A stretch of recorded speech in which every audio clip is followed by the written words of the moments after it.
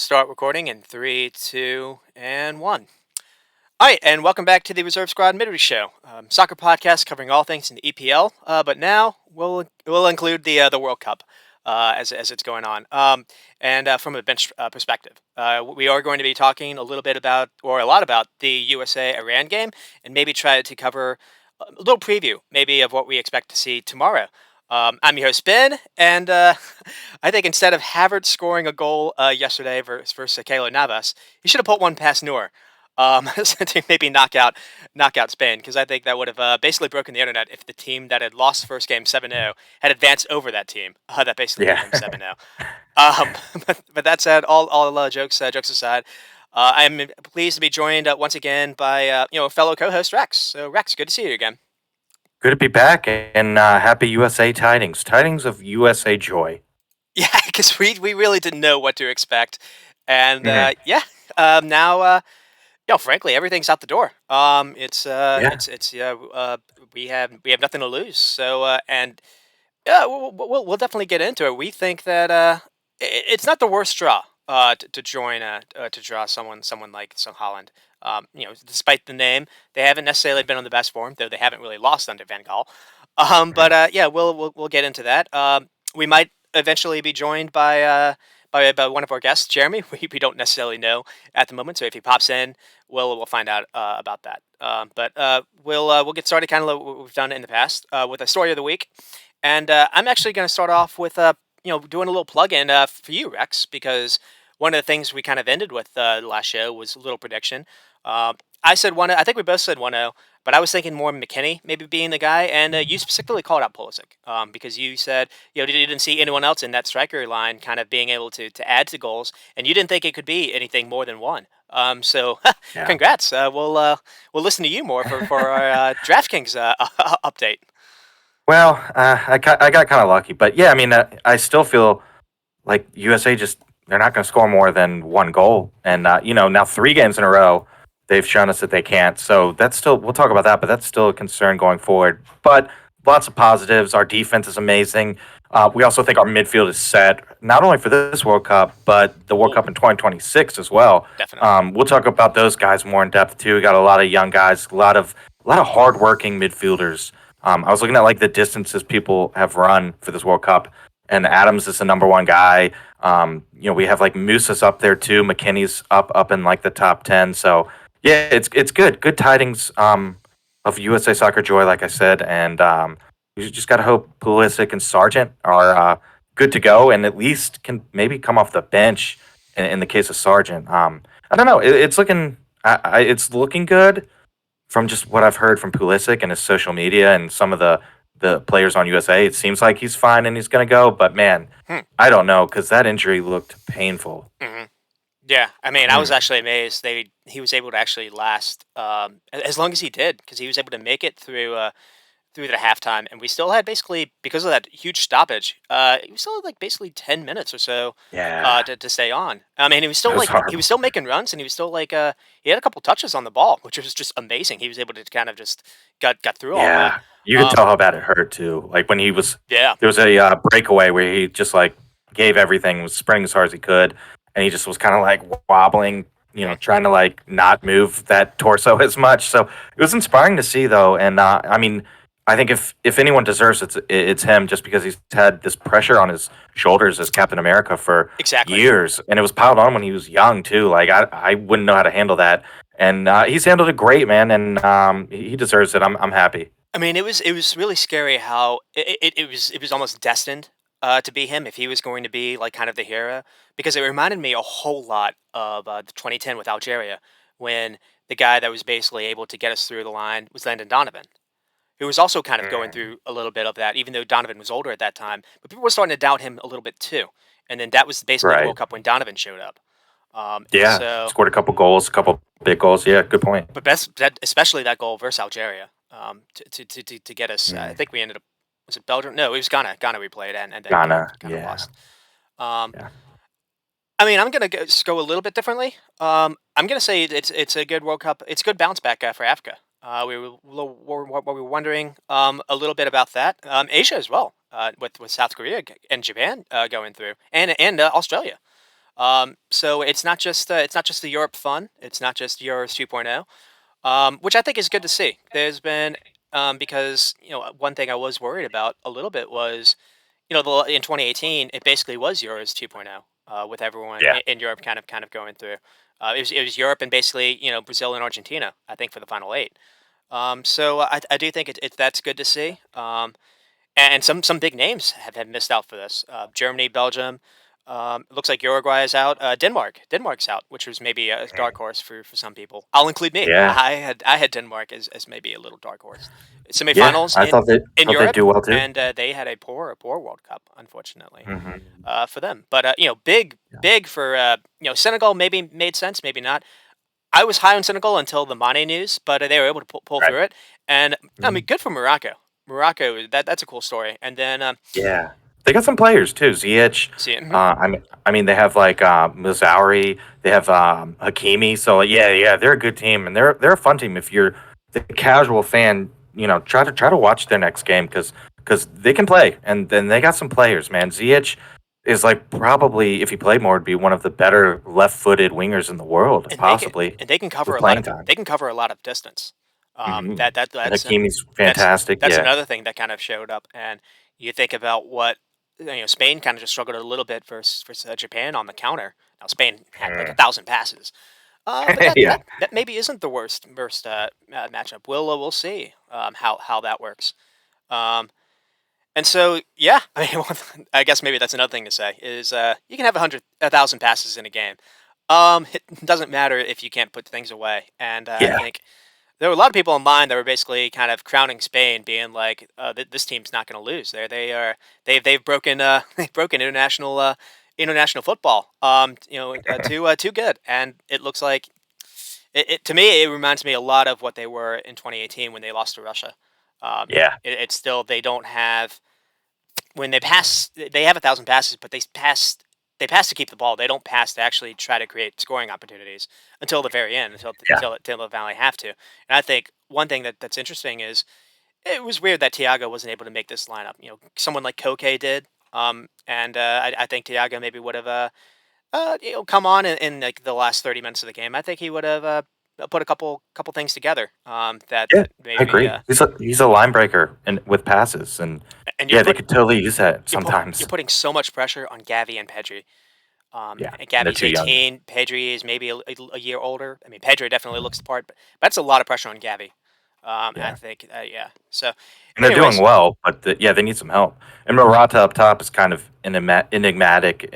Sometimes he scores, sometimes he's it terrible, was and weird. It was they weird. don't really have a striker It either. was weird to pull him when they did too. I thought that was weird. He was Be, doing be, what? Yeah, well, yeah. you needed Murata in the second half Mhm. because they actually did have Japan really pinned back for that final 20 minutes, Yeah. and they were trying all these crosses, but you're crossing the ball to like Danny Olmo Mhm. or it was uh, Danny almost another young it was good player for the future, though. they brought on Asensio, and that just not really make sense either. Um, Yeah.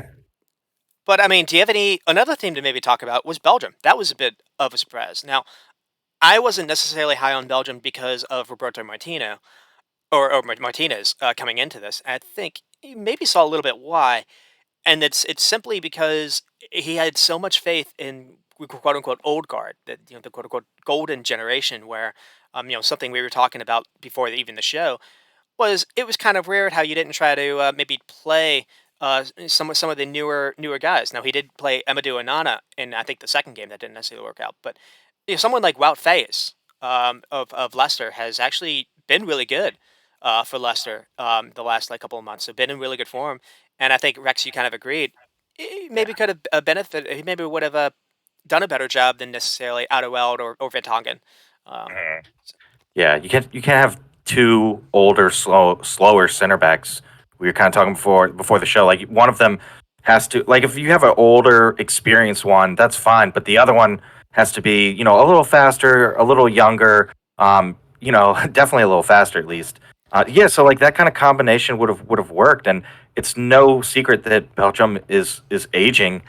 So it's just kind of surprising to see Martinez like you said, not kind of start one of those younger guys. At center back, I know their inexperience maybe is what he's worried about, but you still get that experience if you leave like Alderweireld on and partner Fias with him. Hmm. That you could still help him in the match. Maybe I don't know. Maybe it has to do with this World Cup not having enough time to train together. Maybe if they had another week of training, maybe he'd feel comfortable putting a younger center back in there. But and then we talked about like Doku too, someone that's young and he's willing to take on players. Good call. Not necessarily like needing to start, but he needed more minutes off the bench. And when he brought him on, he looked pretty good. It was like, yeah, this guy should be coming and playing like 20, 30 minutes at least. And he's another young guy that would shake things up a little bit. Yeah, I think playing Doku over like someone like Dres Martins. Although I mean Martins played okay in that in the last game. I mean, but still, someone like Doku he's a lot of fun. He takes players on. It was very interesting to see how he didn't really get many minutes until that third game. And it was still only in the second half. I mean, they have Charles Yeah. De Ketelaere. I Hmm. think of AC Milan, who is a promising player. He didn't really get many minutes, or maybe he didn't even get any. To be He honest. played some. I remember seeing him, but Okay. he was subbed on late, so Right. it might have been like 10 minutes in a game, maybe two games where he got like 10 minutes, but nothing substantial. And he's another young guy. And Lukaku came in with an injury, so I don't want to necessarily. I mean, Oof. everyone knows about the misses, but Lukaku came in Mhm. hurt. It was very weird how the backup was Michi Batshuayi, where I was thinking of. I mean, quite frankly, I think Origi. I don't even know if he was actually included in the 26. I think Origi should have been picked over Batshuayi, to be honest. And then, frankly, DC United's, this is MLS here. Benteke, I think, could have done a job, at least a bit like been a target man, because Yeah. it seemed they were really struggling with that. Like in the third game, they even tried. They tried Trussard basically as like a false nine, and that didn't work either. I think Trussard maybe would have worked better in a little bit of a Hazard role. It was weird that Mhm. Hazard got 2 games to kind of play because he clearly doesn't look like he's fit Yeah. anymore, and that was kind of No. a one of the more kind of upsetting, I guess, like moments to kind of see because it was one of those true like moments where you see someone like truly age, basically before our eyes. I think like the I mean, Yeah. he's gotten some injuries and that's kind of set him back. But Yeah. Yeah. I think injuries too. That's what stinks is he can't go out like the way he wants to yeah, because of the injuries. Yeah. I because we hate to see haven't that. we haven't seen that happen necessarily with Ronaldo. Ronaldo's lost a step, but he's still a player. Same with Messi a little Mhm. bit. Now Messi's had to adjust his game, but it hasn't been that kind of decline Yeah. in the speed that we've seen with Hazard. So that was a little sad to see because Hazard was arguably player of the tournament before Belgium got knocked out in 2018. So Mhm. it wasn't that long ago. And Yeah. It really wasn't. Yeah. maybe another team to kind of touch on was Germany. And I think this is another team that I think I definitely were hurt by injuries. No Florian Oh Wirtz, yeah. no Timo Werner. People don't necessarily rate him, but he offers runs that I think would have opened things up. So Yeah. you were really reliant on like Musiala trying to be a creator. The midfield's getting older with Gundogan and Goretzka. You played Kimmich basically as the right back because you didn't really trust who you had at right back, so you weren't able to play Kimmich and maybe in the midfield spot for that last game. I think hurt. And you look at the back, like Shula and Schlotterbeck. You've got to find better options there. So I think Germany will be able to bounce back for the Euros in 2 years. I don't know if they're going to keep Flick or not. I think they should. I don't think Flick necessarily is the problem, though. They need to fix the striker pot, and I think Yeah. maybe I don't know if you're going to trust Havertz or not. Havertz did come on and actually help them get the 2 goals late. But in 2 years, Mukuku I think will be 20. Mm. Yeah. I think he'll be leading the line. Mukuku, if people don't He's know, gonna be good. he's at Dortmund now. He's good now. He's going to unless he doesn't if he doesn't suffer any kind of injuries. Yeah, we think he'll be a big name that everyone will know He, in 2 years. I believe last year I think we talked about him. He scored for Dortmund, and I think he's the youngest scorer for Dortmund, or the youngest scorer in the Bundesliga ever. I think It was so. something like that Hmm. last year. So yeah, he's another one for the future. And I mean, Musiala has been amazing. Yeah, I'll talk about like some of the top 10 young players of the World Cup so far. Ooh. He's definitely one of them, and so they got some positives, and at least they went out on a win. I know it's like a little consolation now, but Hmm. they at least went out on a win, and they got to figure some things out. And I agree with you, Ben. I think they'll be back. I mean, it was just weird how it actually worked out for them versus for Spain. but they needed a goal, and they brought on this guy Fulkrug, who I've never even heard of. We were making jokes Yeah. like this guy's like the Nicholas Bender of of the German squad. Apparently, he's been having a really good year for Bremen. But he came on and he scored a big goal for them. But it was kind of weird how he didn't start their next game when they needed to get on the goals. They knew that they didn't want to necessarily put it in someone else's hands. They knew they needed to score a bunch, and they dominated Costa Rica. But it was 1-0 until maybe like the 70th minute, and then Yeah. once that Japan was able to get one on Spain, you're kind of donezo. Yeah. Yeah, I agree. Yeah, unfortunate. And I do think Costa Rica was there for the taking. You saw why Spain beat them 7-0. They just they weren't clinical when they needed to be. Yeah, that's true. Yeah, Um, the defense is a little lacking as well. You can definitely expose that. And so, why don't we actually get started? That's pretty unique. I like what you said about the top 10. So we'll do that before we get started with the U.S. game. Um, Ooh. are you ready for that? Well, yeah. Well, in the script, I think you were going to talk about McKinney. No, you were going to talk about Adams. So, I was like, okay, I'll talk about Musa because it happened to be his 20th birthday. Hmm. And in the during the Iran game, I guess it was on his birthday. Hold up, let me pull up his stuff. I got a lot of stats on him that you're gonna like. I think. Ooh. Okay. Ooh, hold up, I gotta get to him. Well, speaking of Yeah. Musa, while you do that, one thing that I'm thinking Oh, here we about. go. Yeah. Okay, you got it. Oh, go ahead though. Well, I'm thinking of so Matt Turner's now at Arsenal. Musa is a basically Arsenal academy product, and I'm thinking about in 2026. We seem to have everything kind of set except maybe that striker spot. We're still basically looking for that. An Arsenal loanee in Lyon or in Ligue 1 in the French league is Florian Balogun, and he was born in New York. And he's flying right now. I think it's like him and Mbappe for French when it comes to goals scored in that league. And Yeah, so he might be someone to maybe look at. So if that's the case, yeah. You we might have could Arsenal go to thank. England. You could go us. We might have Arsenal Yeah, to thank it'd be for incredible. 2026. And we were just talking about on Tuesday how we're possibly just a striker away, and he could be the answer right there, which is incredible. But all right, so yeah, it was Moose's 20th birthday. He had 24 challenges. He was 44 for 49 passing. He had two shots. He works tirelessly, and I know like the knock is he could be a little bit more creative, but he actually he leads the team in passes in the final third with Hmm. 36. I like him a lot. So yeah, he's above like Pulisic and stuff. And I was reading last night, ESPN had their list of the top nine best young players so far through the group stages of the World Cup, and he's on there. And I mean, the list is just incredible because he's on there with Gakpo, Hmm. Musiala, Musiala. Bellingham, and Kudus, and some other young guys. I mean, those are like top class young guys. Hmm. Bellingham 150 million at least is what Dortmund want for him. So yeah, it's awesome, and I wouldn't be surprised, Ben, if we did see him in the Premier League possibly. I think his style of play, the way he works hard and he's willing to put in a good tackle and he's physical. I think his style would be pretty good in Premier League, and I think the fans really would get behind that kind of energy and dedication to just run all over the place. He's got a unique. Hey, I'm definitely I'm high on his stock because he's got a unique football um, uh, story because Arsenal youth product, but he's been playing in Spain, so he's getting an education on like different styles of play, different leagues. Mhm. Frankly, if Dortmund do decide to lose Bellingham, and if you're gonna get anything near the ransom that they're asking for, I think Liverpool are desperate at this moment. So I do think it's going to be them or Man City. We've talked about that before. I don't buy the Real Madrid stuff. I think Dortmund should look at Musa as Bellingham's replacement.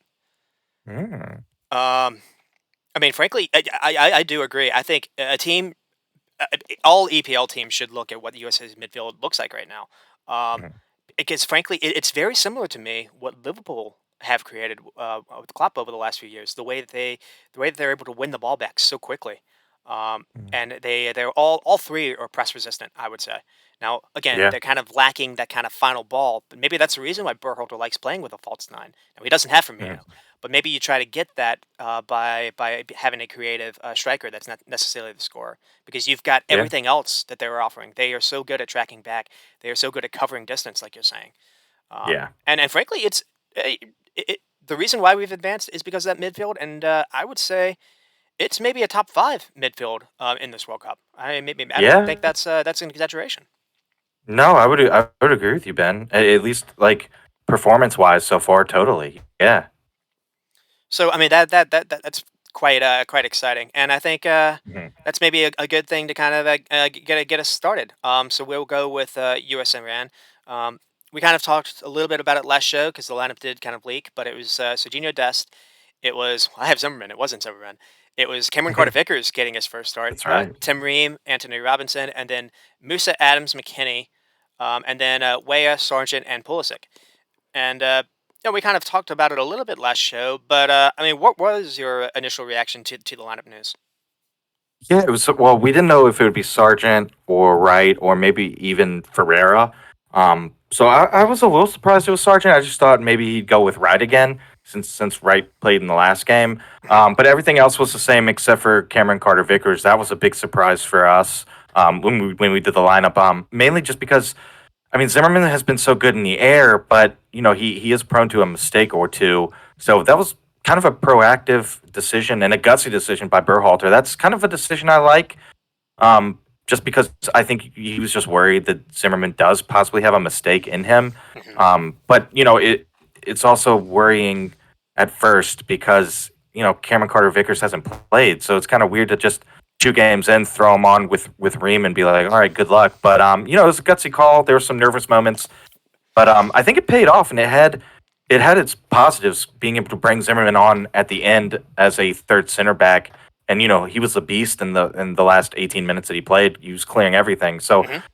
that was something that I will give Berhalter credit for. I'm gonna not lay into him, but I got some issues with the subs. But the Zimmerman one was good, and I think it was a good call putting CCV in. Honestly, It's very weird because I I didn't really, I didn't. What I saw from Carter Vickers is I didn't have a ton of faith when he was defending in the box. There were a couple uh-ohs or close calls, I thought.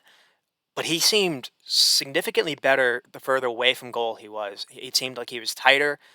He had basically allowed us to play a bit of a higher line.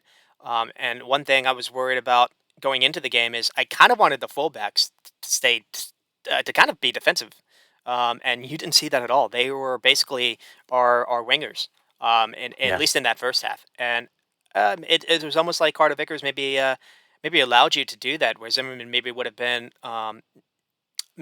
like further back. Carter Vickers was actually tight anytime Iran were trying to get a ball on the turn, and so I think there was maybe some of that. It does. I do agree with you that Carter Vickers seems more comfortable with the ball at his feet, and it seems at least in that first half where the Iran sitting off us, that helped us.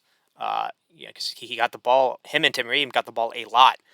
With no one pressuring them, so they had a lot of time. They were able to pick their passes out. So yeah, it'll be interesting to see what Berhalter does versus Holland, because I don't think it would be nearly the same. I don't think they would play the same way.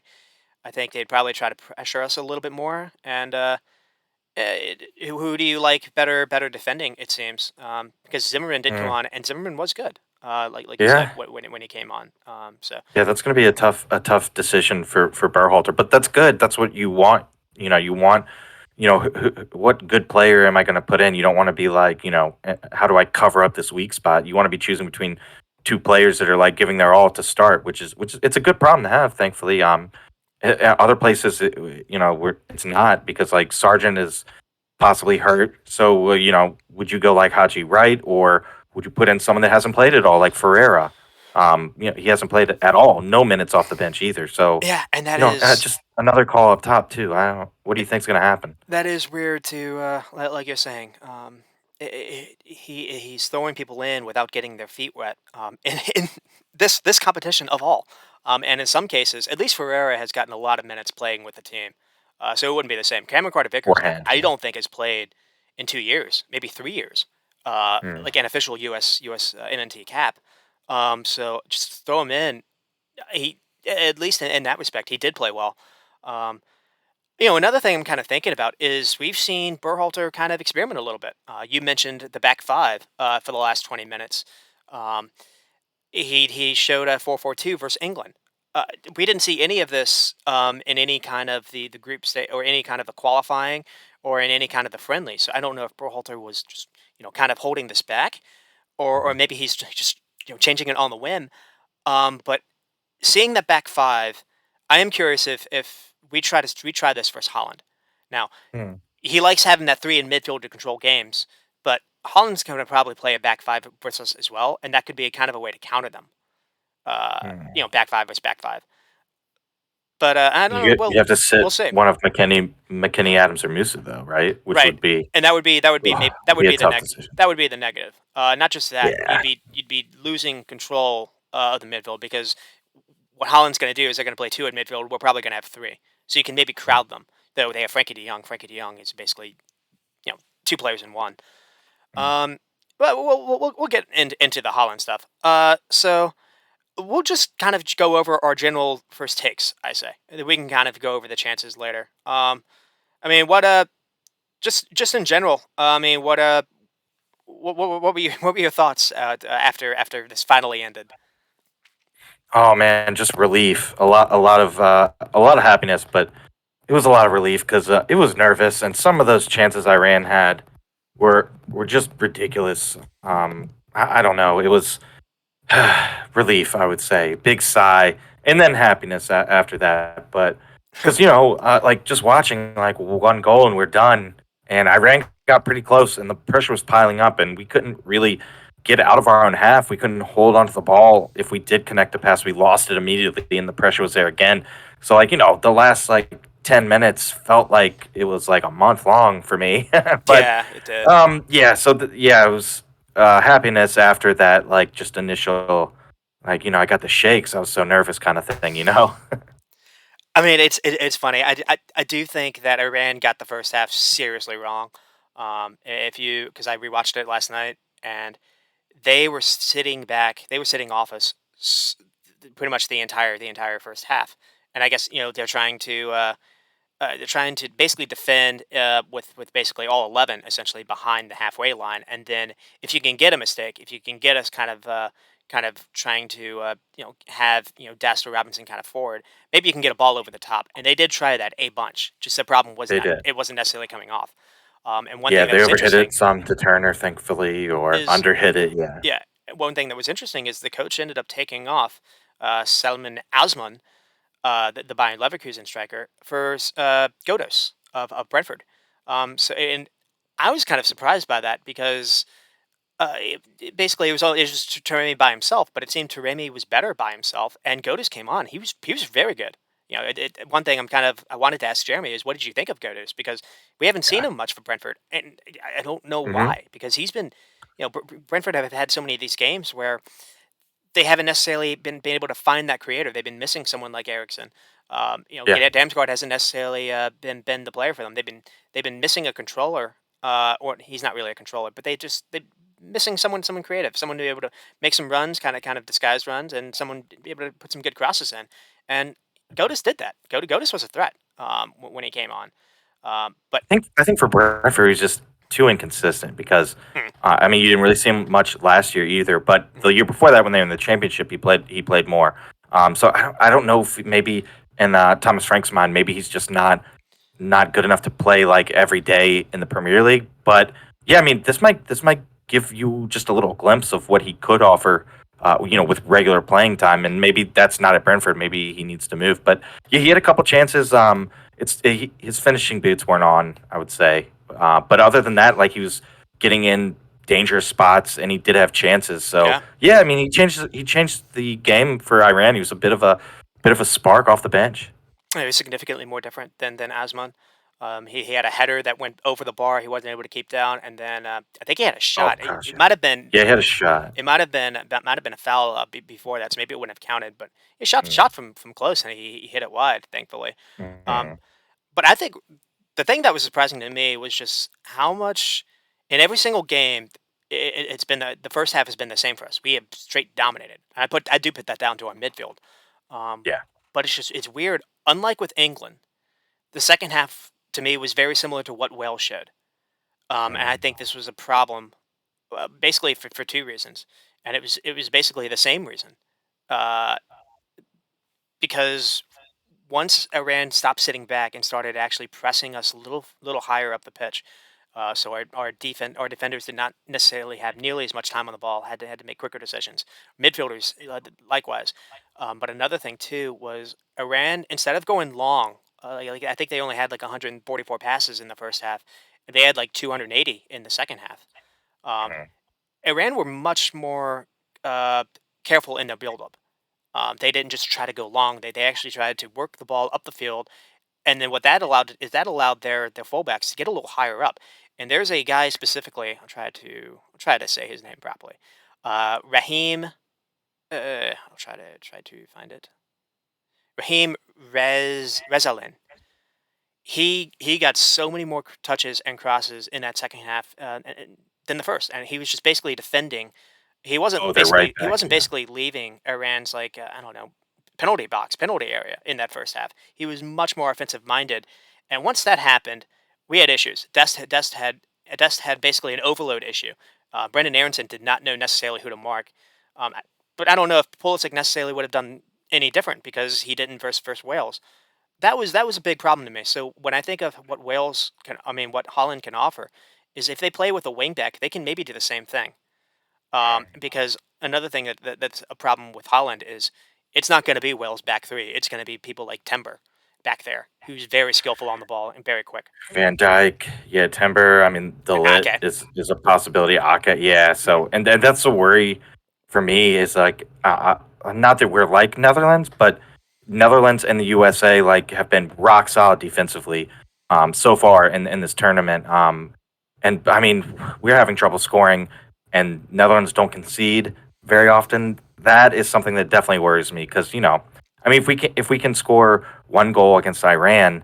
I feel like it's going to be very, very hard to score against an organized defensive team like the Dutch. I mean, we can obviously, but I mean, with that defense comes a little bit of maybe their attack hasn't been as bright as we might have thought so far. Obviously, Gakpo has like 3 goals; he's been amazing, and Depay, can be good. But other than that, that's that's the good part is I think you're they're right. not really clicking offensively at least. So Yeah, this could be something where like maybe we get a lucky goal and we win 1-0 or gosh, maybe it goes to PKs. I hope not, but it could in be a so stalemate. Yeah, yeah, we'll because see. you're right. Like they haven't necessarily been terribly impressive in their group stage as well.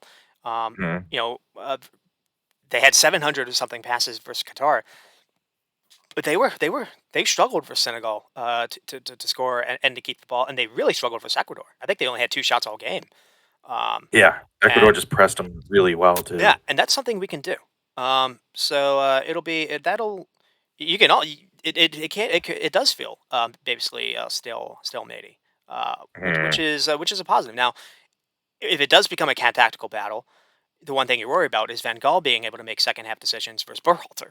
Because Yeah, we've true. been a little worried about that because it feels one of the things I'm worried about personally is one of the reasons why our first halves have been super great in every game and why we've kind of struggled a little bit in the second half is it's hard to keep that energy throughout the entire game. And Mhm. anytime we've had to take McKennie off, we've struggled. So we did that versus Wales, and Kellen Acosta came on and played 25 minutes. He had three passes all game, which is Yeah, yeah. stunning to me. So just the drop off is amazing. I mean, Shaq Moore came on for Dest, and you see anytime that happens, it's not like for like, unfortunately. Yeah.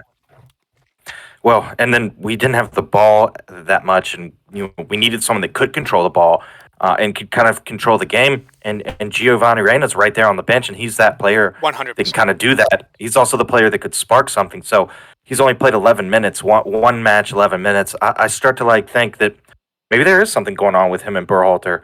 At first, I kind of shook it off, but this game was perfect for him to come in. He didn't play at all. I kind of think there is something, some friction or something that's going on there. Because I mean, Berhalter just doesn't play him. And I mean, I get like if you're not starting him, but he's a player that I think would be perfect off the bench in this game, especially, and he didn't play at all. So I think something's going on there because it's just weird. And one thing that's weird, once we went to a back five, it almost felt like Musa was forced to not only be the defensive guy, but to almost be the more attacking mid. Basically, it was almost like we had two and then one with like right kind of by himself. And you feel like Reina would have been much better in his decisions making because as much as we like Musa, Musa was giving the ball away. He was trying to run a little too long. His passing was a little Mhm. off. Once he was asked to be the more offensive guy. So I agree with you. That was weird. Um, and another thing that I mean the stats just kind of say it all really. We had 9 shots in the first half, just 3 in the second half, and possession was flipped. We had 60% of the Yeah. ball in the first half, mostly because Iran was allowing it, and we had 40% in the second half. Iran had 60, and Oof. it's just I'm thankful that Iran basically went into the first half kind of playing the way they did. Because I think if they had, now I don't necessarily know if that was done because they wanted to save energy, but Mhm. it almost backfired because Weah did score a second goal, Yeah. and it Yep. was offside by the lint on his shoulder. It was very very God, yeah, that close. that was ridiculous too. Yeah, literally, like, yeah, his shoulder was sticking out. But that's the kind of thing too, where like if they score there when they're playing well, like it's either scoring when you're playing well or scoring more than one when you're playing well, and it just like puts kind of the game out of reach. And God, at least us fans, we're not all nervous in the second half because it's a 2 goal cushion. I mean that's something that could happen in the Netherlands game if we come out and we're playing well and we have some chances and we don't put them on target and it's 0-0 and we should be up the second half. Netherlands will probably score and we'll lose because of that, or something like that is what that's what I'm worried about, Ben. But Well, the more we'll see. especially in that second half, Iran were able to be. The more you can control the ball, the more you can slowly kind of push your lines a little further up, Mhm. and the Get your more fullbacks up in the attack, and the and that's more what pins ours back right, too when you and do the that. and because our outlets really are the fullbacks. When we try to go, basically, and we play Anthony Robinson like he is, he is both Mm.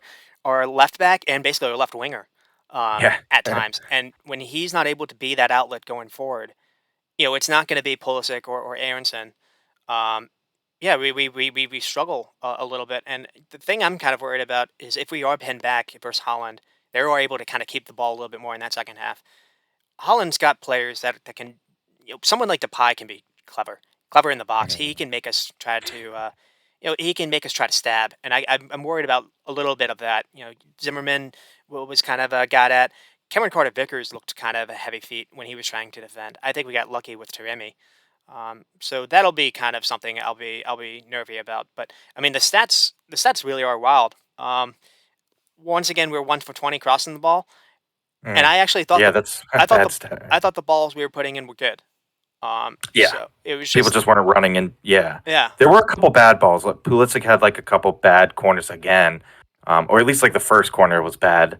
So there's some of that as well, and a little bit of just like hitting it into like a dangerous area and no one running into it kind of thing. So yeah, I mean 1 for 20. At least we're putting in the crosses, but man, 1 for 20. Yeah, whew. I mean you got to like think. Is this working for us if we're 1 for 20 on it? Like maybe we should mix it up a little bit more. I don't know. Well, the way again, Sargent actually had. We should kind of talk a little bit about Sargent as well because I do put it down a little bit to Sargent not necessarily being in the areas you need to be, and that's one of the negatives to kind of playing a guy who's not really a striker.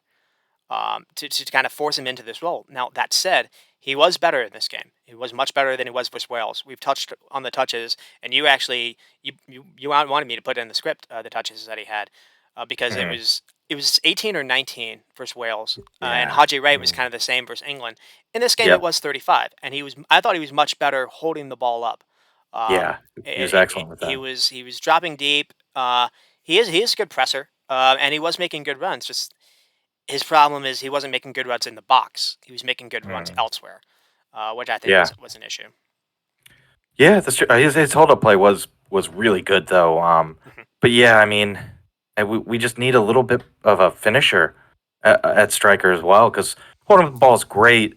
But like if you're not scoring goals, and you kind of want your striker to be pushed up a little bit, and maybe like Musa or like McKennie is picking that ball up and moving it to the striker in the box with a chance to score, kind of thing. I mean, there's one play in particular. I think it happened in the first half as well. It was towards the end of the half. It was before the Weah goal that was called off. There was a breakaway. It might have even been when Pulisic was still on the ground. So I guess we were playing with 10 men, Oh and yeah, we were still able to get it. I think it was a beautiful ball by Tyler Adams, and Sargent basically he doesn't try to take anyone on. He cuts inside, but he's cutting inside to then do a backheel pass to Weah running behind him. And then Weah, instead of trying to take the shot on or take on a defender, tries to cross the ball again to Sargent, and Rand are able to get a foot out to stop the chance. But it was weird in that moment where you didn't have anyone try to take the shot. I mean, you were yeah, inside the box. Some a quote unquote number nine. Uh, I've mentioned it before. A number nine is less a position and more of a mindset these days. A nine's a finisher. So mm, a nine, someone that wants the ball and isn't. You get it in the box. Their first thought is to shoot. yeah, That was kind of annoying. So when you're playing this kind of formation that he's playing, Sargent's going to be by himself more times than not, or you're relying on Christian Pulisic basically turning into your number nine. yeah, So Sargent drops deep. Pulisic basically makes runs in the middle, which we saw for the goal, and you get the width basically from Anthony Robinson, just owning that entire side, and just basically yeah. Fullback overload your works, job is but to run the entire game two in front. mhm. So And Dest has been growing in each game too. He's kind of yeah. maybe not 100% fit in the first game, or coming back from injury, like getting there, but he's been better and better. And this last game against Iran was his best so far of the World Cup. So Do you that's think it? something else to look Do you think to it's a forward to. Hopefully, concern that he's Berhalter's been subbing Destin? Destin has at least been getting a little rest here and there. He hasn't yeah, subbed Robinson in any of these games, and he true. Robinson's being asked to basically own that entire wing, both offensively and defensively. Yeah. So I don't know. That's a good point, because maybe if you put Scally in and limited his minutes in the other three games, like maybe he could go full 90 in this game. But I think he'll go full 90 still. I think he'll be fine. But at some point, yeah, those minutes are adding up, and yeah, maybe one of these games That'll be s- that that'll be yeah, so. they should have set them off. But he's been so good that Mhm. I can't necessarily blame Berhalter. But yeah, maybe a little. We'll see what happens. It's just a little bit of game management. Maybe you take there's 10 minutes here or there that you could rest them. Maybe that does come back to bite us, because I'd hate to be like in the 80th minute. It's 0-0, and Anthony Robinson's gassed, and we have to take him off. I You, mean, we put in Scally, you mentioned I guess, but Scally and Shaq Moore, two guys that literally have not played together, maybe ever. Being asked to kind of be the opposite fullbacks. yeah, oof, That would be that would be struggling. I mean, you mentioned Desk. We should talk about Desk as well, because frankly, this is a guy we were a little concerned about coming into this because hasn't been getting many minutes right. at AC Milan. Didn't get many minutes at Barcelona even before that. Mm, And he looked a little rusty in that Japan friendly.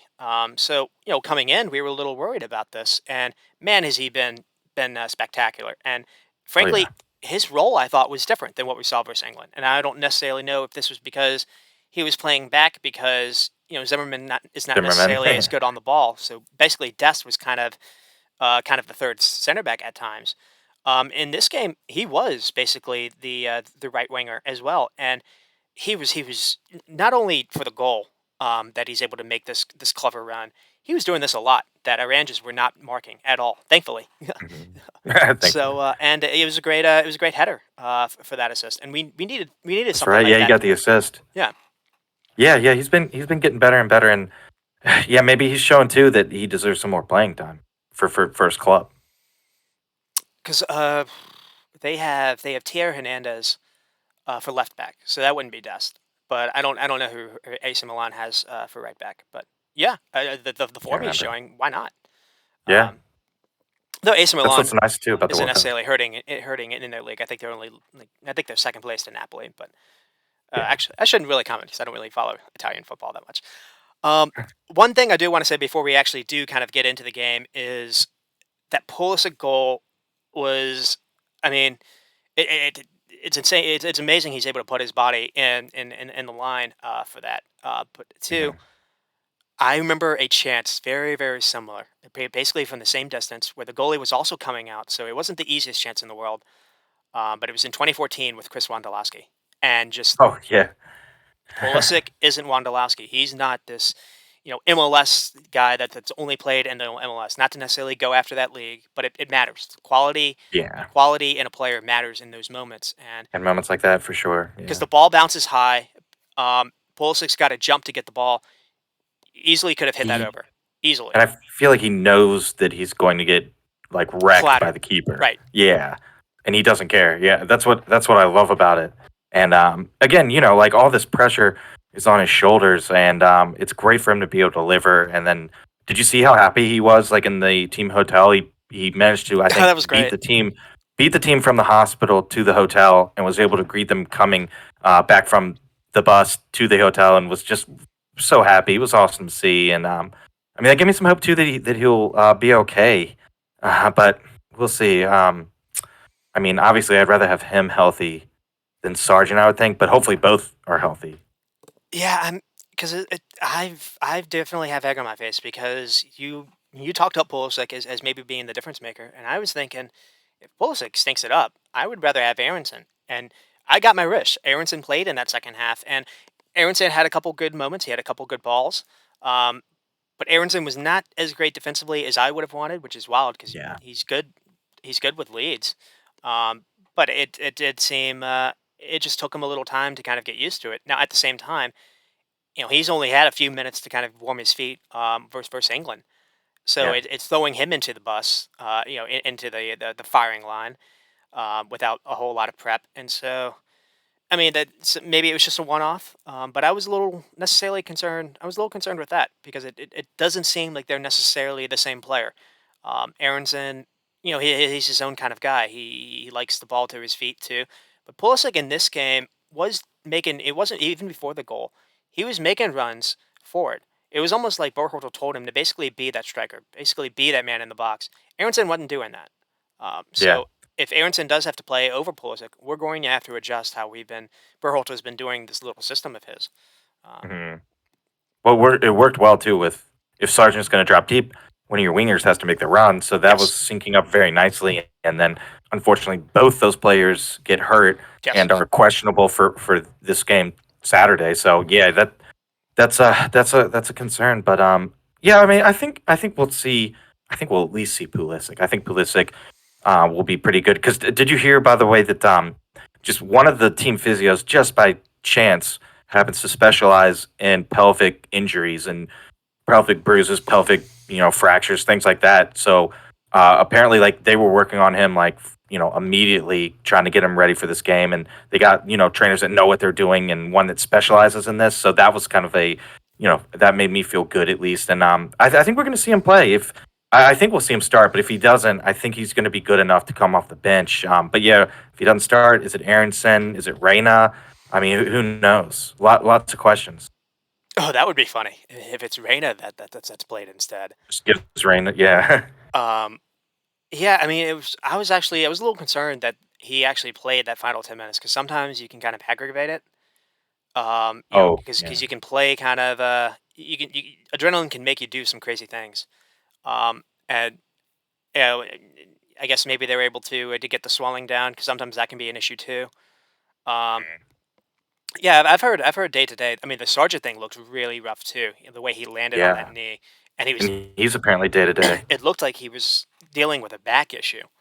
I think Even before this, that, yeah, because he got kneed in the back or something. But this is apparently his right ankle, not his knee. it's his ankle. Oh, I'm surprised by Yeah, that. right Okay, ankle. And he had problems with his left earlier this season, but it's not his left ankle; it's right ankle, and he's day to day too. So he could play as well.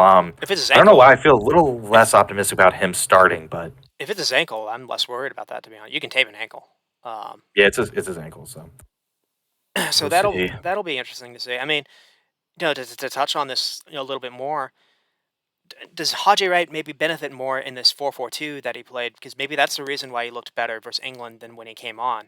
Now he Yeah. wasn't necessarily terrible necessarily with his touches. Just he seemed when he was all by himself and he didn't have necessarily Weah next to him, uh, his first thought was to take a chance towards goal, when that was the wrong idea because both were weak efforts and both were right to the keeper, giving them the ball back when you basically could have run to the sideline and killed the Yeah, game just held off. the ball in the corner. So Yeah. that was just one of those where young, maybe not used to being in that kind of moment, but that Mhm. kind of worried me a little bit. He didn't Yeah, seem because he didn't seem as comfortable coming on the way he played versus England, and I'm curious if maybe he benefits more in this 4-4-2 where you have someone maybe closer to him, where as opposed to where he was all alone, and towards the end because we were playing a back five, and it was just basically just him. So I don't know. yeah, and when some 50-50 balls if we just clear downfield kind of thing and try Mhm. to hold up the ball and maybe we can kill off some time. Which is ironic that he didn't do that when there was a chance to kill the time, which is probably like what Berhalter was putting him on to do. If we did get it up to just hold the ball up because you're huge. I mean, we're going to go over the chances. I mean, it was one goal. Well, we'll go over that, but bear with us. We're not going to cover like everything that happened in the game, but I do want to go over a number of chances, at least in the first half, because it tells a story of why I feel the first half was different than the second half. But the other thing I want to get at is what did you think of Berhalter switching to a back five towards the end? Because I definitely have my thoughts. I'm curious if you kind of share the same thing or maybe they're different. Well, I was happy that he was throwing on another center back, just because I thought it was kind of what he and I talked about it on the pod on an earlier pod. Like he probably should have done this in the Wales game to try to consolidate that 1-0 lead late. I know, like obviously, bringing on another center back, it kind of invites pressure. But yeah, I actually liked this sub. The other subs I didn't like, but I thought this was a good sub. Yep, I agree. And I think it kind of showed because he knew Zimmerman's good in the air, and we're gonna have 18 minutes of a siege under us, so we do need an extra big body that's good in the air. So I thought that was a really good sub. And I knew that it didn't necessarily solve the issue of we're getting pinned back, but that's where Greg started to lose me with the subs because he didn't really do anything for that. Like we talked about, he didn't put on Reina or anything like that. But I think the Zimmerman sub and going to the back five, I like that for the situation. I did too. Because I know online people were really going about it. Oh, this is too defensive. This is prevent defense. Mm. The way you were pinned back and they were getting so many crosses in, it was good to bring him on because you saw him able to head to win so many headers Yeah, to stop those crosses into the box. But two, I liked it because it allowed that three to have a little cover. Cameron Carter Vickers, I thought was maybe even better when he was pushed out a little further yeah, wide. But it allowed Destin Robinson to basically own that sideline. Don't allow crosses to come in from here because they were kind of pinned in and they didn't know what to do either. I thought they were getting overloaded. This fixed yeah. that. Um, True. so I did like the change. I just Shaq Moore coming on. I thought that was a disaster. Now Moore did pretty decent. At least he stopped a couple crosses here and there. Yeah, So he was good with his duels. But anytime he had the ball at his feet, he was giving it away. I saw him basically raising a hand like my bad more times than he completed a pass, which was yeah, at a time when you just needed to have possession a little bit to kill the game, and yeah, you weren't able to yeah. do it. Yeah, Reina would have been perfect there. And Shaq Moore did look nervous. I can't blame him. He looked nervous though with I the can't ball at blame his I feet, can't but blame him he either. did make some good plays defensively at least. So yeah, like there was some good defense plays there, but the game was calling for, like you said, someone to kind of be good on the ball and kind of hold it up a little bit and just give us a chance to, get some of the possession back and stop this like flow against us and maybe get down the field a little bit, or at least waste some time. And not like Gio's perfect for that. And another thing too is you took off. I guess you just kind of had to, but it was Weah you took off, not Yeah. Yeah. I don't know who else you could have taken off, but it was Weah that came off for Zimmerman. Um, Yeah. Yeah, it's yeah, that possible you kinda could make Weah because he's done this now. Maybe this would be stupid, but he has played wingback for Lille. So you could have maybe made Weah Dest, to give instead of doing the Shaq Moore thing. If Dest needed yeah, someone to help out, you could have done that. he's pacey, I mean, yeah, Oh, it's you not could do just that. pacey; he knows how to play the position. If he has played that, for Lille. I'm pretty sure he has. So Hmm. I don't know. I'm just kind of throwing that out there, something to maybe Berhalter's thought about it, maybe not, and this is why we like to say we give takes from the bench perspective because Yeah. we're not out there.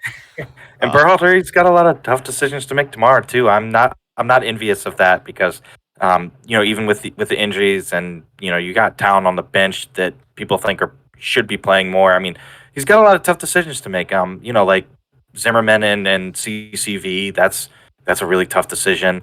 mhm. Kim Pulisic and Sergeant Co. I'm not envious of the night he's going to have tonight, trying to figure out who's going to start. That's for sure. Well, the word, and you mentioned it too. I mean, the worry is he actually does play them, and they're only 70% or whatever, and both have to go out, and that's two subs. Yeah, Um, true. that could be something to worry about. I mean, Pulisic is reliant on having some kind of pace to him because I Yeah, don't think he's good enough to necessarily. Yeah, if he doesn't have that little speed to him, he struggles. So yeah, with an abdominal issue, that is something you. Anytime you try to sprint, I feel like you would yeah, feel it. So I don't know. yeah. I think Little that would hurt. It could. little Well, I concern. think if it's a pain management thing, I think he'll be Maybe take fine. some I Tylenol think or he'll, something. yeah, and just the adrenaline, and he'll just be he won't care because this is like Maybe. this is his moment. True. But like if it's physically like he can't run as fast, that sort of thing, Mhm. that's when it gets that's when it's like, oh well, maybe he shouldn't play. But if he can run and sprint the same, it just hurts like hell. I think he'll take that. It's when he Yeah. can't Mhm. run as well, and that's when he might be like, hey, I can't play because I'm hurting the team. Which, as you said, if that happens, and then it happens to maybe Sargent too, and you've already used up one of your sub windows and you have to use another one, then you only have your third sub. Like you can still do three subs, but you only have The one window window. left Right. to do Right. it. Yeah, Good so call. Uh-huh. that could be a concern too, because it would be unlikely if they did play and both get hurt that they would get hurt at the same time, kind of thing, and you could just use one sub window for two sub. You know what I mean? Yep. All right. And so Confusing, but we are. Well, I don't necessarily know how long we're going to go, but we're at the hour mark. Uh, let's go over the chances and the goal. So I don't want to necessarily be lame and just kind of read off. So if you want to cut in, Rex, more welcome to do so. I mean, at first, it started off in the first like minute. There's a throw in. Iran win the ball, but we quickly get them to turn it over thanks to Musa and McKinney pressuring the ball. Pulisic gets the ball in space and basically carries it like 35 yards. He's able to kind of beat two Iran players kind of on his back. He has Sargent ahead of him on to his right, but he doesn't really see him. And it seems he just takes a couple too many touches, and he basically runs into their defender. But frankly, at this point, I was cursing Pulisic. I was like, it's gonna be one of those kind of games. It was, but what was interesting is it looks like it could have been a chance for Iran to break as well, because Robinson was joining in the attack, and we got really lucky on this because Tyler Adams was able to close down and basically create the throw in. So not only did Pulisic mess up by not getting the ball to Sargent, once we lost the ball, immediately Iran had a chance to break, and Tyler Adams was able to uh, put that fire up. But just yeah, all in that the was first brilliant by all in the Tyler. first minute, we saw it wasn't going to be this. It wasn't going to be a non-entertaining game. We'll put it that way. Yeah, yeah, definitely. And then, Iran get a chance in the fifth minute. So it started with Dest losing the ball. He was trying to beat a defender and missed. And Iran were able to play a few passes together, able to move the ball from the center of the field to the right. Anthony Robinson gambles and misses. So Iran have an overload on Tim Ream. And then Asmoon plays in Raheem Raizin, who's able to cross the ball basically into that area. But Tyler Adams is able to read it and intercept it. And then, Iran were able to keep the ball again, but Adams is also there to prevent a shot or cross off. But then Tim Ream was able to clear the danger away. But it was Mhm. another one of those things where all this happened because of Dest losing the ball, Dest being high up, and us and Iran being able to necessarily, counter down the field very, very quickly. And again, if it wasn't for Tyler Adams, I don't know where we would have been in a couple of these moments Yeah, because there were a definitely. couple of times where it did seem we were open in a way we shouldn't have been, and Tyler Adams was there to basically again put out fires. Um, Yeah, he was brilliant. He made some amazing tackles. Just like just sprinting back to at full speed and going into challenges and winning the ball, and then winning the ball back and playing a good pass under pressure too. It was awesome, man. That seeing that just calmed me down a little bit, because we're like, well, we're at least gonna have Adams on like a on day, but I mean, playing amazing. I was trying to be calm. I the way I'm looking at these minutes, I don't know if I'm actually accurate now, but basically, 5, 6, 7, everything was happening all in the same pace. And one thing that's wild is there weren't a ton of stoppages. The Pulisic stoppage, and then that when Carter Vickers kind of basically was trying to shield the ball and kind of Oh, I don't want to say right, fouled, right. but when that guy went down, there was a little stoppage there. But Yeah. all in all, a lot of this was live action, just one counter after another, or basically a chance to counter, and maybe Iran didn't play the right ball. So Mhm. this is in the seventh minute. I've got where it's another close call that comes from Des kind of being greedy and losing the ball high upfield. Iran immediately kicked the ball over the top to Taremi, and he's got all the space to kind of carry the ball upfield because both Tim Ream and Kenner Vickers are kind of playing off him. And again, Taremi is only has Asmoon ahead of him, but Asmoon is open. And again, Tyler Adams is able to kind of run back and to stop that pass from being played. He's able to basically deflect it backwards. But at this point, Tyler Adams is yelling at Carter Vickers for not Yeah. closing down to Remy closer, which Mhm. was big because I think after that we saw Carter Vickers being more aggressive when Iran were trying to get the ball on a turn, essentially. Um, Yeah, you but just couldn't give Taremi space to turn. Yeah, so you need to be on him. That's like Tyler Adams is young too. So for a young player to be, kind of he is the captain, but he's so young. That's awesome too because he's it only was going to get awesome. better. You think, and he's only going to become a better leader with time. So to see him doing all this stuff and be captain at this young age, it's awesome. And then again in the eighth minute, so I mean, this is just going back and forth. Um, Cameron Carter Vickers passed the ball out wide to Dest on the right. And this is one of those where it was almost my prediction because I said, well, maybe McKinney can make kind of a late run and get on the end of a cross. And McKinney does very good. He makes this run into the box from 30 yards out, and Dest tries to pick him out. The ball is just a little over his head, and it goes to the keeper, but the keeper is brave and has to punch it away. But Yeah, there was just one of those moments where once Dest got the ball, McKinney was just sprinting without even having a thought to get into the box. And we saw for the goal, Pulisic did the same thing. It seemed like they knew once when McKinney gave the ball to Dest that basically happened. So that was maybe a foreshadowing a little bit of how we can maybe try to break down Iran a little bit, which I yeah, really liked. yeah. True. True. And then in the 10th minute, Iran, there was another chance where basically we lose the ball trying to run past an Iran defender. This time it's Musa. And again, just run past to a guy in space, allowed him to look up. He saw Asmoon making a run that was basically even with Tim Ream. And Ream got his angles right and was actually clever here because Asmoon, it would have been one on one with Turner had this ball gotten past Tim Ream. So he was able to recognize the bounce right and was able to stop it. But instead of Asmoon trying to collect this ball or try to do something clever on the turn, he tries to make it bounce and he tries to beat Ream off the bounce. And Ream is just very good at recognizing that and not letting the ball to go past him. But had that happened, Yeah, we would have been donezo because it would have been one on one, yeah. 1v1 with Turner, and you would have just you know hope and pray that Turner would be turned into Allison essentially. Um, Hmm. Yeah, so that was nervy, but Reem did great there. I he mean, did. Reem was solid again. He was.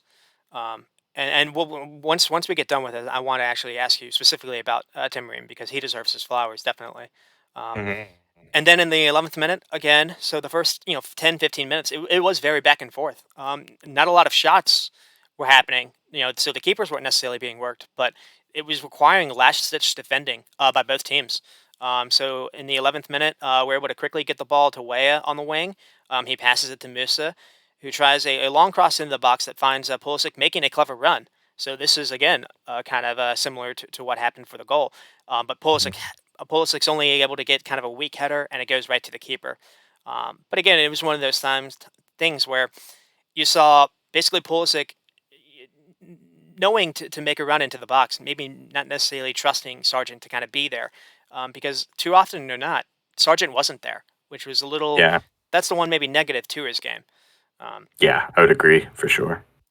He's doing like that Harry Kane thing, dropping deep, and yep. then we don't have a target man up top. And then in the 15th minute, a chance for Iran. And this one basically more or less gets to how Iran were just a little off in their final ball, which we're thankful for. Um, Yeah. Oh yeah. because I do think we were a little naive in our approach. I mean, Tim Ream times the long ball to Anthony Robinson, but the ball goes to an Iran defender instead. And again, Anthony Robinson is basically, the winger at that point. And so all it takes is for, I think it's number 17. He gets the ball and he's able to look up Asmoon making a run, splitting Cameron Carter Vickers and Rima in the middle. And had this pass been on, he would have been in on goal. But Yeah. thankfully, it was overhit and the ball was able to bounce safely to Turner. But Hmm. that was basically the danger in that first half. Just Iran kept trying that long ball, and thankfully it wasn't coming off. Yeah, they either overhit it, underhit it, or like Reem defender made a great read on it. Thankfully, because yeah, they were trying it, but they just couldn't get it right. And then I've got a chance for the U.S. at minute 17. So it was first of a number of occasions we were able to actually be able to get free in a dangerous area on the right part of the field, with absolutely no one near him. He was able to.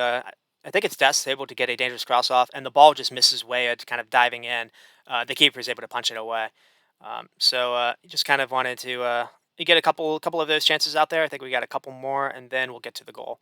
Um, but I do have a note here to say that we did play a dangerous game because there were a number of occasions where, we did lose the ball and Iran were able to, just all it took was one pass to someone in midfield, to when if they had time to look up, we were vulnerable.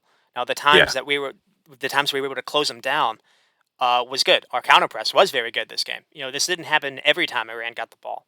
It's just yeah, the few times that it happened was big. And Tim Ream on a number of these occasions was actually quite good versus this Salamoon Asman guy, and maybe that's the yeah, reason why the coach had enough. Carlos Guerres was like, "Okay, you're not really working out. We're going to bring Godos, who's going to play a little differently," and unfortunately, that worked out for them a little bit. Um, yeah. Not enough though, thankfully. Yeah, true, true. We've got a couple more chances before the goal. I've got USA in the 20th minute. It nearly copied the goal that we scored versus Wales. So this is another reason why I want to get this out there. There's a free kick ball that's quickly played to Weston McKennie, who collects it and then fires it past the Sargent. So we talked about maybe the negatives that Sargent brings. This is some of the positive. Sargent does a good job of collecting it, playing it, laying it off to Pulisic, who quickly tries to play a through ball to Tim Weah, making a run ahead, and Weah was in on goal. Just it's a very good. It's clever by the Duran defender to read it and to basically stop that pass from getting to Weah. Um, but again, this is one of those. Like again, we've talked about a little bit of the negative. This is some of the positive, and I think it's done by design. This is not. I don't think it's a coincidence that Sargent's almost tried to create this goal that two times now in 3 games. Yeah, yeah, true. That's a good call. I haven't realized that he's been doing it that many times. Like, yeah, Mhm. every game. But Hmm. the negative here is because it didn't come off. Iran were able to launch another a ball over the top. This time on Vickers' side, and Taremi was able to square it for Asmoon, but thankfully it was cleared by Tim Ream at the last second. Tim Ream was able to read this. He actually tries to dive to get this ball. So had Ream not been on, it might have even been a tap in. So Yeah. it's crazy how Ooh. quickly we went from almost having this beautiful pass to Ream, and then because it didn't come off, Iran were quickly able to, give cause us a scare. And Yeah. that's basically how the game was going in that first half. Now, We're gonna have to watch that too against Netherlands. That could be an issue there too. mhm. Yeah, I mean, because Holland hasn't necessarily been firing a whole lot, but they do have some quick players. I mean, Gakpo's got some pace to him. Um, you Yeah, know, he's a scary player for sure. And so then I've got a chance for Weah. So I mean, again, most of these are half chances, not necessarily coming off. So that's the reason why the shots don't necessarily look that threatening. Though I think Mm. we had 9. Um, but this was probably our closest to threatening before the goal, I'd say. So Pulisic makes a man miss, cuts inside before firing a ball into Sargent again. Sargent doesn't have the best control, but he does good enough to stick with it. He tries a shot, and it's kind of speculative. It blocks off, basically, it shoots the ball in the air. And Way is basically all alone in the 6-yard area, and it's a shame the ball is so high up, so he's kind of got to wait to it. So he tries to jump up and tries to head the ball, and maybe had he been able to kind of direct that to a corner, it would have gotten in. But it was kind of a weak header, and it went right to the keeper. I think it was Stu Holden that even said, had he tried maybe a somersault kick, it's easier to kind of hit that over. Right. That, He, yeah, I he remember maybe that would have been exactly. able to do something, but Or he could have just waited for it to drop to his feet, but I guess he didn't know he had that much time. I guess I think is so. why. But Yeah. yeah, yeah, he could have just had like a rip with his feet, or yeah, like you said, do an overhead kick. Instead, it's like this kind of easy Went for the header save. straight to the keeper's hand. Yeah, Hmm. yeah. And it You was can't you just can't put much pace on it when the ball is like looped in, and the ball didn't have much pace, so he just couldn't get enough pace to get it over the keeper or like bullet it in. and Unfortunately, it's not like FIFA. yeah, The yeah, players can't that's not just like do a somersault kick like without unless you're like you do it in practice a lot or training yeah. a lot. So I can't necessarily fault him. It was just kind of a it was a little disappointing. I think because the ball was so high in the air, it did take a while for it to come down. I think that maybe kind of rushed him a little bit. But again, this Mhm. was created by Sargent. Yeah, Uh, just trying to he got the ball kind of passed into him. I don't know if he meant to do the touch, but the touch kind of fooled the defender, and he was able to get the shot off. yeah. Yeah, it was a nice I don't think he meant to do it, but we'll give him the benefit of the doubt. I'm There sure he's like, "I did. I meant to." there we go. We're that kind of podcast. Benefit of the doubt. Um, Yeah, give it to the players. and then the last chance before we get to the goal was I put it down to Dest kinda, but it was maybe a foreshadowing of what was to come because Pulisic had the ball in the middle of the field again. Pulisic was played the left side of that 4-3-3. He was basically playing as that middle striker more times than not. Mhm. Um, Musa made a very good run first. Pulisic tries to play in Dest making a run. It's completely unmarked, but the ball just kind of goes out of bounds. But it's again, it's one of those where Pulisic sees Dest has all this room to run. No one's marking him um, because in this case, Musa made a run, and that kind of drew the left back kind of to him. And at that point, the only one to mark, I think it would have been Taremi. Taremi wanted none of that, Mhm. and it just kind of went out of bounds. But again, you saw Dest being able to make this run a couple of times, and it was going completely unmarked. And I think Yeah, maybe they kind of recognize that because we'll get to the goal. Um, and one thing they maybe touch on before we get to the goal is I think we've both kind of been a little critical of Berhalter on this show, to say the least.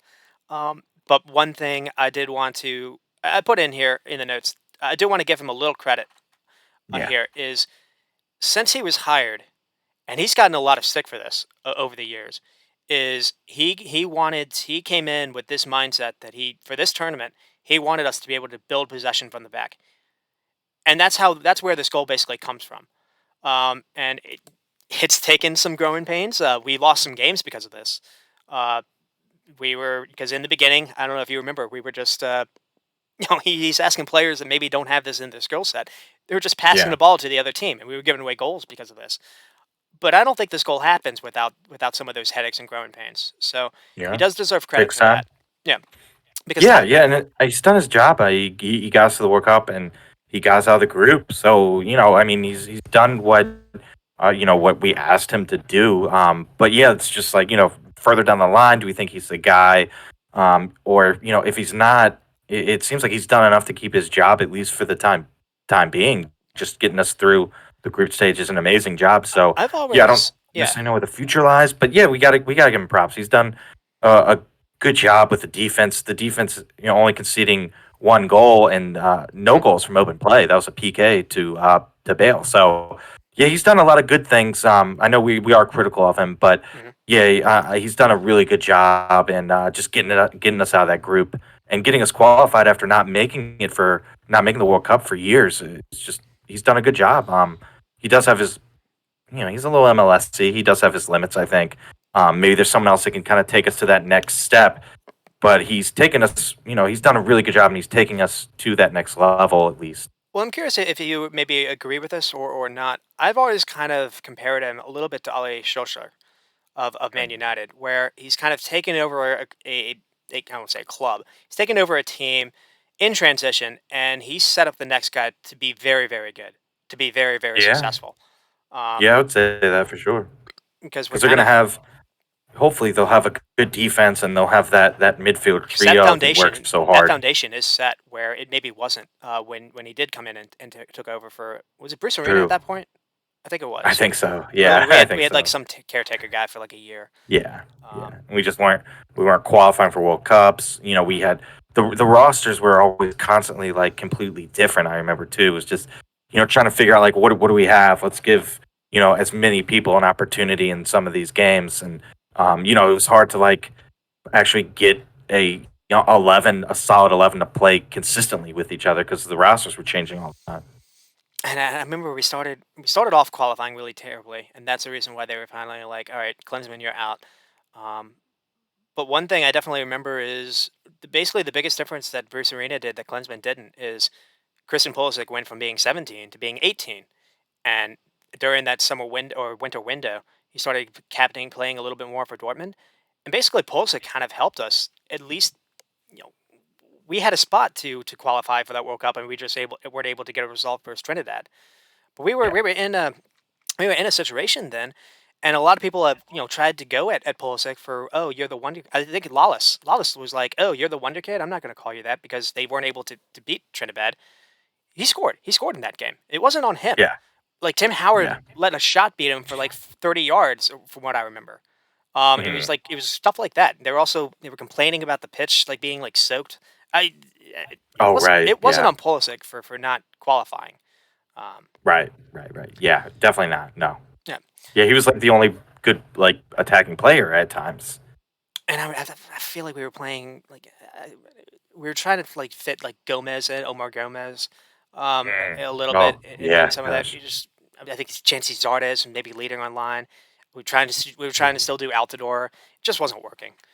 Yeah. So Bradley was older and just if he did play, he wasn't quite the same because yes, he was getting older Bradley was rough too. and then we had a trouble moving on after him because he was a good like midfield presence. And then we have like McKinney starting to rise. So yeah, yeah, definitely. And so we're gonna get to the goal. Tyler Adams passes the ball to Matt Turner. Turner is actually being pressured at this point by Taremi. Turner takes a calm touch to his right. So instead of Turner just immediately trying to, oh, I'm going to kick the ball away. No, he takes a touch. He gets the ball to the right. Again, Taremi is basically right on him, sprinting at him, and Turner's able to fire a ball to Weah. He's able to pick him out, and then Weah does a clever touch to I think Musa, and then Musa quickly plays it to Dest, and then Dest plays it to Adams again. So Adams starts off with passing the ball to Turner, and then Adams is able to run up and still play a part in the build-up. And then he carries the ball a little bit upfield. He gets it to Anthony Robinson. Robinson passes it back to Adams. And then Adamson passes it to McKinney, who's on his right. And at this point, again, Musa upfield makes a clever run to distract Iran's back line. And what this does is Dest is able to, again, run upfield completely unmarked. And right when McKinney gets the ball, he sees it and plays a perfect ball to Dest. And once McKinney plays this pass, I paused it last night. Pulisic immediately sprints. Mhm. So sometimes you can see when a guy is jogging to go into a full sprint. Pulisic wants to run to get into that 6 yard area, and if he hadn't, he wouldn't have gotten there. So Yeah. he knew what was happening. Dest is able to get the ball and does. It was weird to head it towards goal, but it Yeah. worked out. And then Pulisic's able to run, get to it in time, and to get over it because again, it would have been easy to hit that over the bar. I think, even though as close as he was. Yeah. And you Yeah, knew you were definitely. going to get clattered. So he Yeah. could have tried to maybe try to short arm it or to short leg it, and he didn't. Yeah. And and he's knowing he's going to get clattered and he's like fully, extended and you can't protect yourself and he knows he can't protect himself. So yeah, it was awesome though. And it's like, I don't know, typically kind of like an American thing where it's like, I'm going to sacrifice my body for USA winning. And it was awesome. It was very fitting. I mean, obviously prefer if he didn't get hurt. But it's still awesome and inspiring because he did kind of like give up his body for the goal and for USA, a chance for USA to move out of the group stage, which we ended up doing. So yeah, it was awesome. And well, you're saying it's fitting, and you're saying, well, maybe it's an American thing, and maybe it's just a Pulisic thing because I'm going to get to another chance coming up here where it might be Way. It's either Way or Sargent who doesn't do what Pulisic did. Where I think had he done, I think it would have worked. So as Pulisic is getting treatment, we nearly get another opportunity. This might actually be it, and it's because of a pinpoint long ball again by McKinney. Picking out Sargent, who's basically this is basically it. Sargent, yeah, McKinney picks up Sargent, making a very good run, and then Sargent basically just he can't do anything. He's all by himself, and he just tries to square the ball across goal, but there's absolutely no one there. The thing I put down is had Weah copied Pulisic's instincts here and sprinted once McKinney played this ball to Sargent, I think he would have been able to get there. But Mm. instead, you see him basically jogging, and he doesn't. until the ball is actually squared. That's when he recognizes to start running, and it's too late by then. The ball kind of leaves. Hadn't Weah sprinted immediately, I think he could have gotten there. And Yeah, it's just one of those things where yeah, misread or it's small. It's small to critique it. But again, it's kind of a mindset thing where Pulisic recognized once that ball was played, I need to get into the box. Weah didn't in this yeah, point. So. yeah. I remember that play too because I was thinking the same thing. And then towards the very end, I've got two more chances, and then we can pause for the first half. And really, not a ton happened in the second half. That's why I'm really focusing on the first half.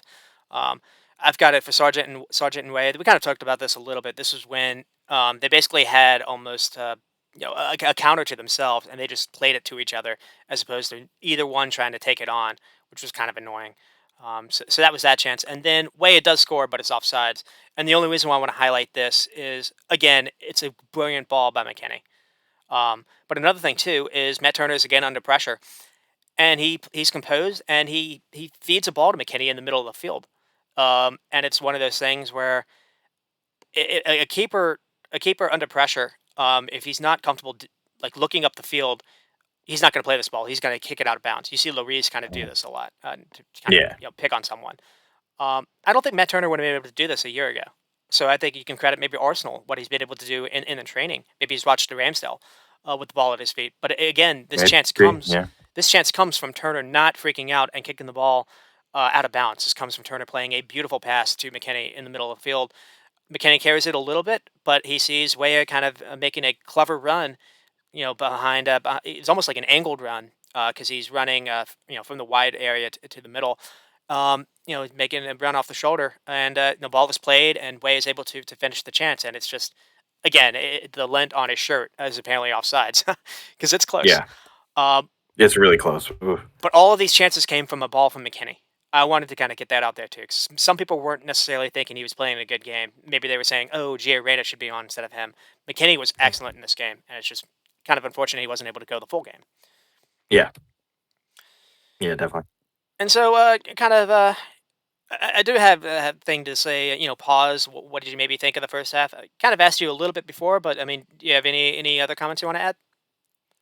Oh no, I was happy. I was pleased. I was worried about Pulisic, obviously, like I said, Hmm. and then I was honestly hopeful that Aronson wouldn't really he wouldn't necessarily be an upgrade to Pulisic, but I didn't think there'd be that big of a drop off there, so I wasn't really worried about that. So at halftime, at least, if Aronson did have to come on, but there was Oh, Rex, you good? yeah, Oh, doing a little rub body there. can you not hear me? There you go. What's going on?